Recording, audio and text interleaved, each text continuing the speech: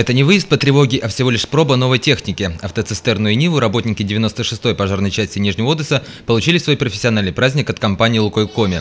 Сотрудничество нефтяников и пожарных длится уже более полувека. Понимание необходимости оснащения именно этой пожарной части спецтехникой и спецавтомобилем, потому что сегодня эта часть, она охраняет жизнь, здоровье людей. Собственно, в первую очередь это, наверное, поселка Нижнего Одесса, объектов нефтедобычи.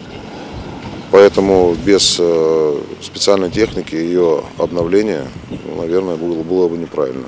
Новая техника, несомненно, пригодится, говорят в пожарной части. Ведь для оперативного и качественного тушения пожаров наличие современного оборудования далеко не последний фактор. Пожарная автоцистерна еще более увеличит боеготовность части. То есть мы можем сейчас, благодаря новой технике, оперативно реагировать как на ликвидацию дорожно-транспортных происшествий, так и на ликвидацию пожаров.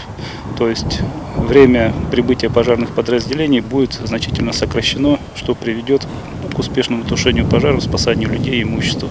Техника стала не единственным подарком ко Дню пожарной охраны. Лучших сотрудников отметили профессиональными наградами. Кроме того, поздравления от каждого из почетных гостей.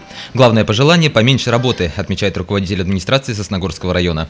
Пожелать им мира, добра, счастья, сухих рукавов, спокойных будней, чтобы они больше времени проводили в своей пожарной части, повышая свое профессиональное мастерство.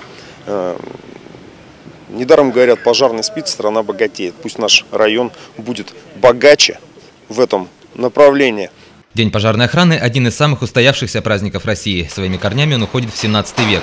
Указ о создании первой российской противопожарной службы был подписан в 1649 году.